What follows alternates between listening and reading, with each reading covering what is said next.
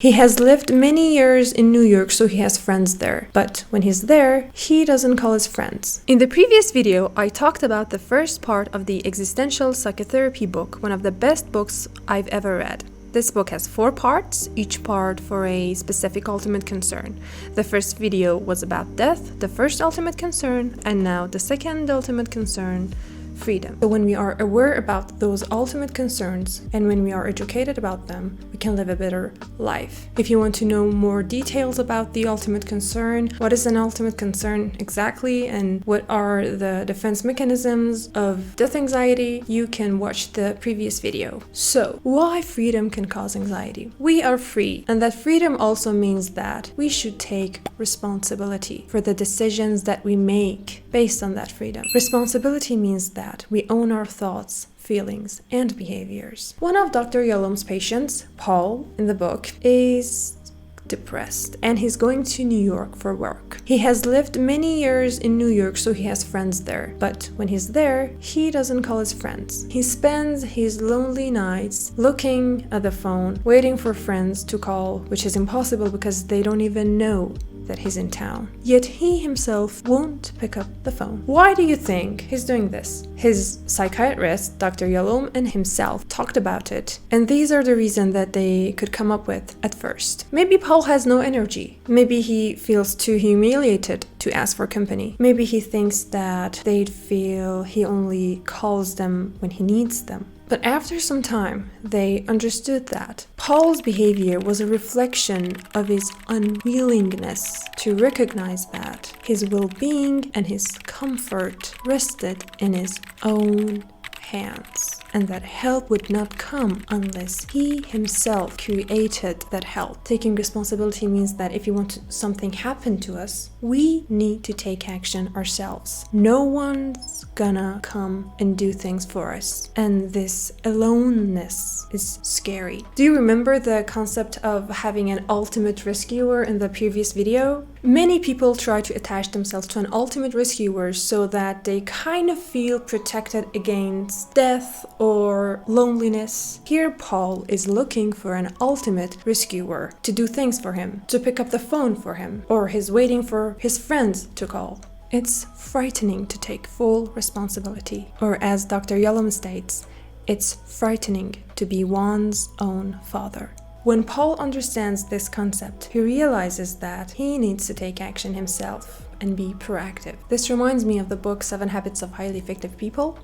And the first habit that the author refers to is being proactive, meaning instead of waiting for events to happen for you or waiting for people doing things for you, highly effective people initiate, start, and they make things happen instead of being reactive and just waiting.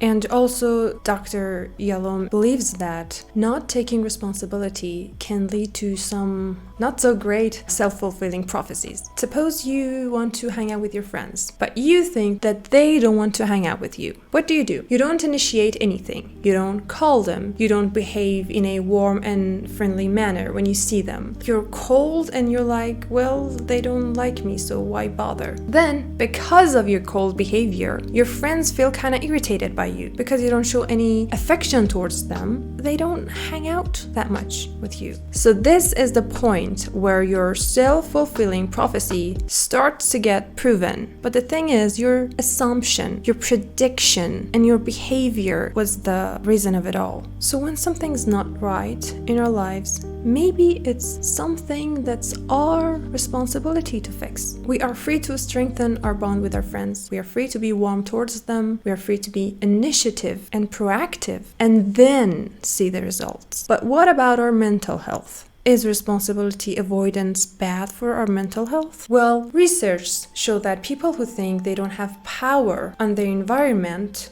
are more likely to feel depressed. And overall, most of the depressed people think that they don't have this power to influence the environment. And what do you think is the result of such beliefs? Well, this can make human beings feel hopeless. Martin Seligman is a psychologist who works in positive psychology, and he calls this feeling of hopelessness learned hopelessness. Seligman states that a person who learns that there's no causal relationship between his or her behavior and outcome not only ceases to act in an effective manner, but also begins to evince aspects of depression. In our existential language, it means that not taking responsibility costs our mental health. So it's better to deal with that healthy amount of anxiety when it comes to freedom and taking responsibility. We can be like, well, yes, I'm alone here on this planet, but I can do things on my own. And if I don't,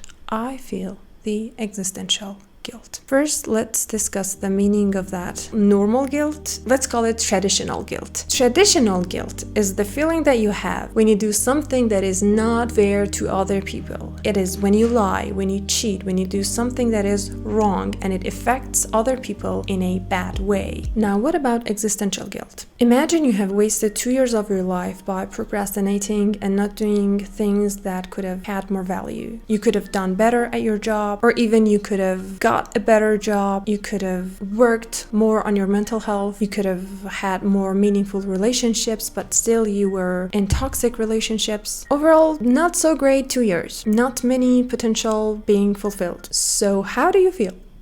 Well, that exact hurtful feeling is the existential guilt. As the book points out, the existential guilt is the belief behind this question. Why did you not become what only you could become? And another psychologist that Dr. Yalom refers to, Otto Rank, states that we feel ourselves guilty on account of the unused life, the unlived life in us. So feeling the existential guilt is no fun, but it is useful. Existential guilt can function like an alarm telling us that we can do better, we can do more. It can help us find a way. I really think of it as a light that in all that darkness can help me recognize which way can be more fulfilling for me. I was anxious to make this channel. I'm kind of anxious now recording this video, but because of existential guilt, I'm still keeping on making videos.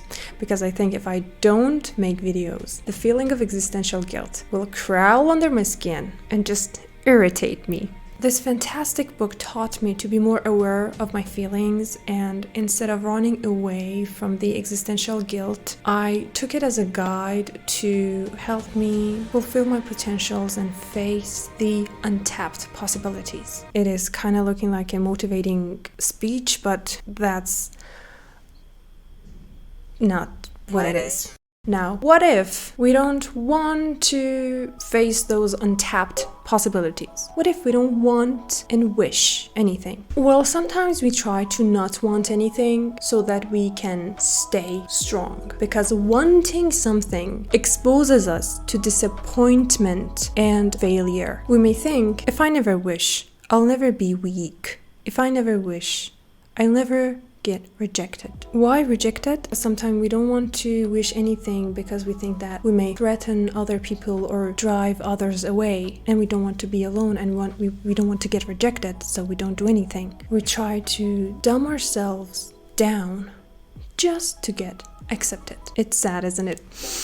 So when you are brave enough to face the possibility of failure and disappointment, that's when you have the capacity to want something. It's being vulnerable, and being vulnerable takes a lot of courage that is discussed in the Daring Greatly. I hope one day I make a video about that too. So decisions are difficult, but more difficult than what I talked about. Let's suppose you faced your existential freedom, then you face the anxiety that is caused by the taking responsibility part of being free, but you're okay with that now. Then you're okay with the fact that you may fail, you may get rejected, you may get disappointed. But then again, there's another hurdle that can paralyze you to make decisions. When you make the decision to change after you feel the existential guilt, you become aware that you could have done this thing in the past. So by making this decision now, you also have to admit that you could have done it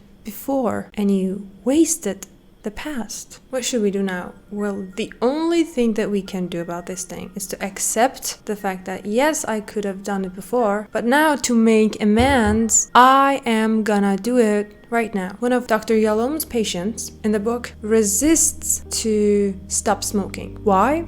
Because if she stops smoking now, she has to admit that she could have quit many years before. But even though the existential guilt makes her regret, it also makes her quit now. As you see in this book, making decisions, taking responsibility, being free, and all these concepts are explained in a really detailed manner, and it can really help us to be more self-aware about our decisions, about our freedom, about our ability to take responsibility and all that. And you know, when you are more self-aware about your decisions in your life, even your small decisions in your daily routine, it can help you live a better life, actually, to live more purposefully. Suppose you're having a chronic illness and because of that you need to take some pills every day. If you take the pills on autopilot every day without thinking about the reason of taking the pills, that's not very meaningful. But suppose every day when you're taking the pills, you think that by taking these pills, I'm choosing to live. That's a whole other perspective, and that mindset can lead you to make great decisions, I think, in your daily life. And I think that shifted mindset can really help you make better decisions in that day. So when we understand the intention behind our behaviors, we can live better and have a way more meaningful life. So this is it for the freedom part of the book. As you see, having freedom is exciting, but also it's very scary because it can make us confess that we are alone here. And it's all on our shoulders. So this aloneness is called the existential isolation, which is the third ultimate concern that I'll talk about in the next video. Bye.